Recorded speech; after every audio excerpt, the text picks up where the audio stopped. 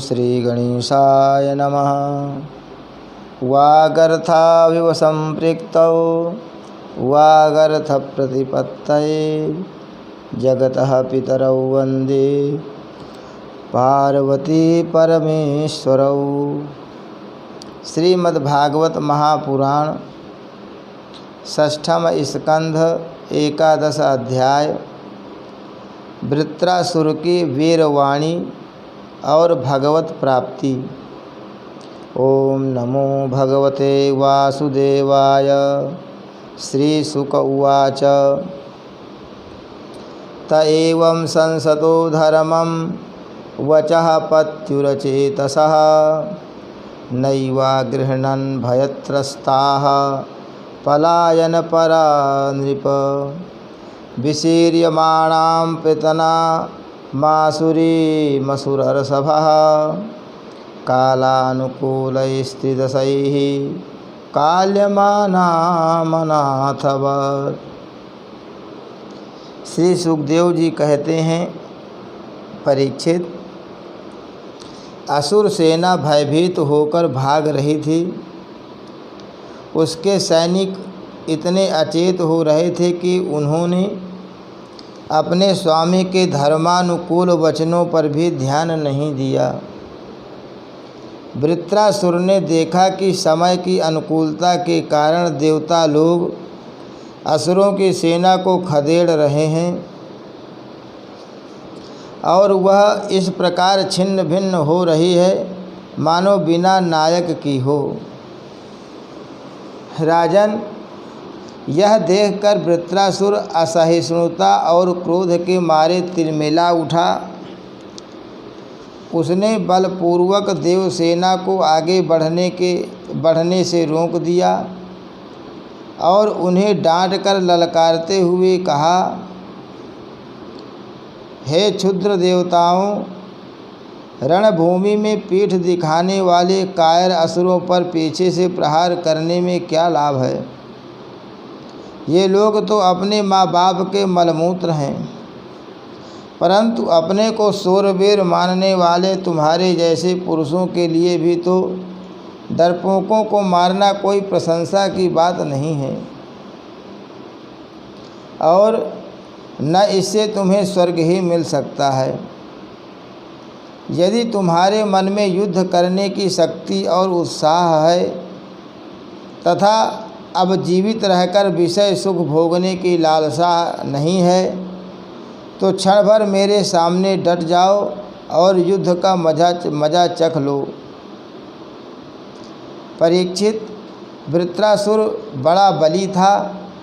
वह अपने डील डौल से ही शत्रु देवताओं को भयभीत करने लगा। उसने क्रोध में भरकर इतने जोर का सिंहनाद किया कि बहुत से लोग तो उसे सुनकर ही अचेत हो गए। वृत्रासुर की भयानक गर्जना से सबके सब देवता मूर्छित होकर पृथ्वी पर गिर पड़े, मानो उन पर बिजली गिर गई हो। अब जैसे मदोन्मत्त गजराज नरकट का वन रौंद डालता है, वैसे ही रणबांकुरा वृत्रासुर हाथ में त्रिशूल लेकर भय से नेत्र बंद किए पड़ी हुई देवसेना को पैरों से कुचलने लगा। उसके वेग से धरती डगमगाने लगी।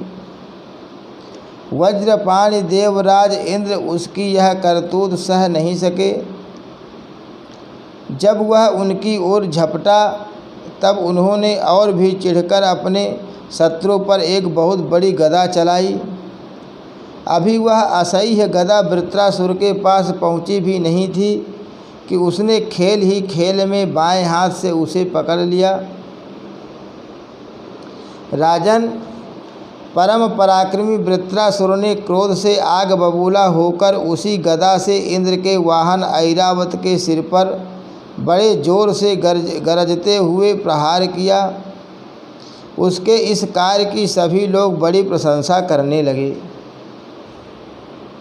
वृत्रासुर की गदा के आघात से ऐरावत हाथी वज्राहत पर्वत के समान तिल मिला उठा। सिर फट जाने से वह अत्यंत व्याकुल हो गया और खून उगलता हुआ इंद्र को लिए हुए 28 हाथ पीछे हट गया। देवराज इंद्र अपने वाहन ऐरावत के मूर्छित हो जाने से स्वयं भी विषादग्रस्त हो गए। यह देखकर युद्ध धर्म के मर्मज्ञ वृत्रासुर ने उनके ऊपर फिर से गदा नहीं चलाई। जब तक इंद्र ने अपने अमृतस्रावी हाथ के स्पर्श से घायल ऐरावत की व्यथा मिटा दी और वे फिर रणभूमि में आ डटे। परीक्षित, जब वृत्रासुर ने देखा कि मेरे भाई विश्वरूप का वध करने वाला शत्रु इंद्र युद्ध के लिए हाथ में वज्र लेकर फिर सामने आ गया है, तब उसे उनके उस क्रूर पाप कर्म का स्मरण हो आया और वह शोक और मोह से युक्त हो हंसता हुआ उनसे कहने लगा।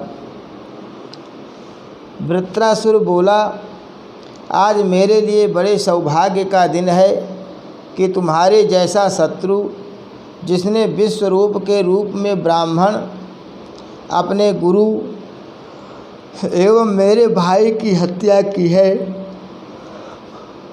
मेरे सामने खड़ा है। अरे दुष्ट, अब शीघ्र से शीघ्र मैं तेरे पत्थर के समान कठोर हृदय को अपने शूल से विदीर्ण करके भाई से उऋण होऊंगा। आहा, यह मेरे लिए कैसे आनंद की बात होगी। इंद्र, तूने मेरे आत्मवेत्ता और निष्पाप बड़े भाई के, जो ब्राह्मण होने के साथ ही यज्ञ में दीक्षित और तुम्हारा गुरु था, विश्वास दिलाकर तलवार से तीनों सिर उतार लिए, ठीक वैसे ही जैसे स्वर्गकामी निर्दय मनुष्य यज्ञ में पशु का सिर काट डालता है। दया, लज्जा, लक्ष्मी और कीर्ति तुझे छोड़ चुकी हैं। तूने ऐसे ऐसे नीच कर्म किए हैं जिनकी निंदा मनुष्यों की तो बात ही क्या, राक्षस तक करते हैं। आज मेरे त्रिशूल से तेरा शरीर टूक टूक हो जाएगा, बड़े कष्ट से तेरी मृत्यु होगी। तेरे जैसे पापी को आग भी नहीं जलाएगी, तुझे तो गीध नोच नोच कर खाएंगे। ये अज्ञानी देवता तेरे जैसे नीच और क्रूर के अनुयायी बनकर मुझ पर शस्त्रों से प्रहार कर रहे हैं। मैं अपने तीखे त्रिशूल से उनकी गर्दन काट डालूँगा और उनके द्वारा गणों के सहित भैरवादि भूतनाथों को बलि चढ़ाऊँगा। वीर इंद्र, यह भी संभव है कि तू मेरी सेना को छिन्न भिन्न करके अपने वज्र से मेरा सिर काट ले, तब तो मैं अपने शरीर की बलि पशु पक्षियों को समर्पित करके कर्म बंधन से मुक्त हो महापुरुषों की चरण रज का आश्रय ग्रहण करूँगा। जिस लोक में महापुरुष जाते हैं वहाँ पहुँच जाऊँगा। देवराज, मैं तेरे सामने खड़ा हूँ, तेरा शत्रु हूँ। अब तू मुझ पर अपना अमोघ वज्र क्यों नहीं छोड़ता। तू यह संदेह न कर कि जैसे तेरी गदा निष्फल हो गई, कृपण पुरुष से की हुई याचना के समान यह वज्र भी वैसे ही निष्फल हो जाएगा। इंद्र, तेरा यह वज्र श्री हरि के तेज और दधीचि ऋषि की तपस्या से शक्तिमान हो रहा है। विष्णु भगवान ने मुझे मारने के लिए तुझे आज्ञा भी दी है, इसलिए अब तू उसी वजह से मुझे मार डाल, क्योंकि जिस पक्ष में भगवान श्री हरि हैं उधर ही विजय, लक्ष्मी और सारे गुण निवास करते हैं। देवराज भगवान संकर्षण के आज्ञानुसार मैं अपने मन को उनके चरण कमलों में लीन कर दूंगा। तेरे वज्र का वेग मुझे नहीं, मेरे विषय भोग रूप फंदे को काट डालेगा और मैं शरीर त्याग कर मुनि जनोचित गति प्राप्त करूँगा। जो पुरुष भगवान से अनन्य प्रेम करते हैं, उनके निज जन हैं, उन्हें वे स्वर्ग, पृथ्वी अथवा रसातल की संपत्तियां नहीं देते, क्योंकि उनसे परमानंद की उपलब्धि तो होती ही नहीं, उल्टे द्वेष, उद्वेग, अभिमान, मानसिक पीड़ा, कलह, दुख और परिश्रम ही हाथ लगते हैं। इंद्र हमारे स्वामी अपने भक्त के अर्थ, धर्म एवं काम संबंधी प्रयास को व्यर्थ कर दिया करते हैं।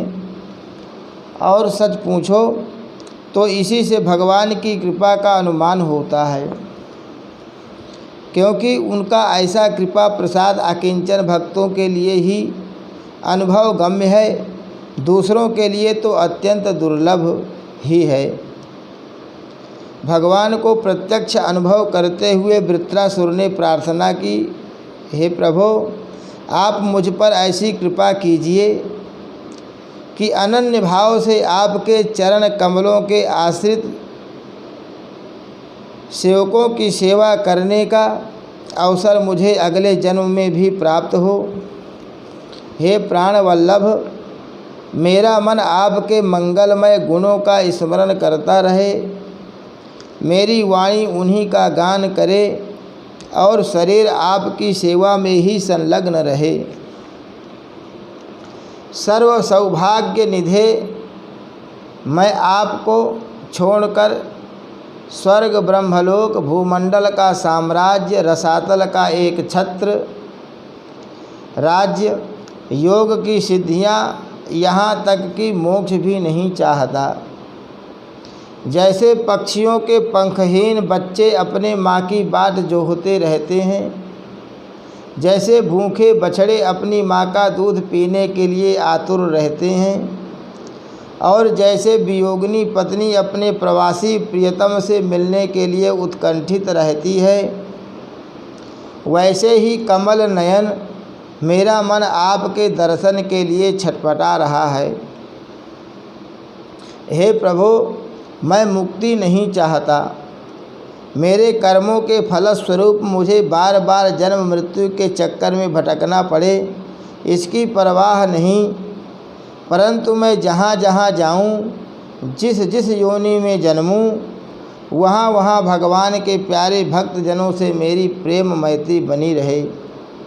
स्वामीन, मैं केवल यही चाहता हूँ कि जो लोग आपकी माया से देह, गेह और स्त्री पुत्र आदि में आसक्त हो रहे हैं, उनके साथ मेरा कभी किसी प्रकार का भी संबंध न हो। हरि शरणम। श्री कृष्णार्पणमस्तु।